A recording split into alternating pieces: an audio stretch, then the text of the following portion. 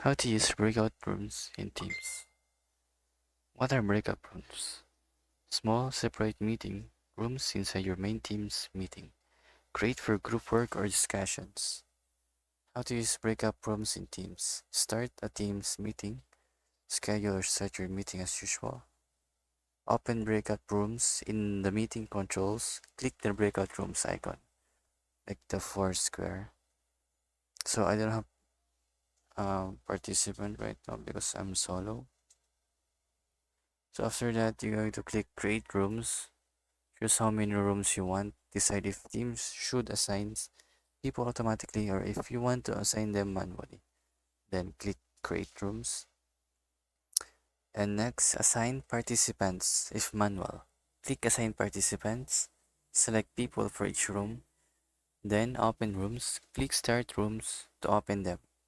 Participants get moved into their breakout rooms. Next, manage rooms. You can join any room to check in. Send announcements to all rooms and close rooms. When done, click close rooms. Everyone comes back to the main meeting. So that's pretty much it on how to use breakout rooms in Teams. So I cannot show it right now because I don't have people or participant in my class. So if you just follow my step, you can create breakout rooms. So that's pretty much it. Thank you.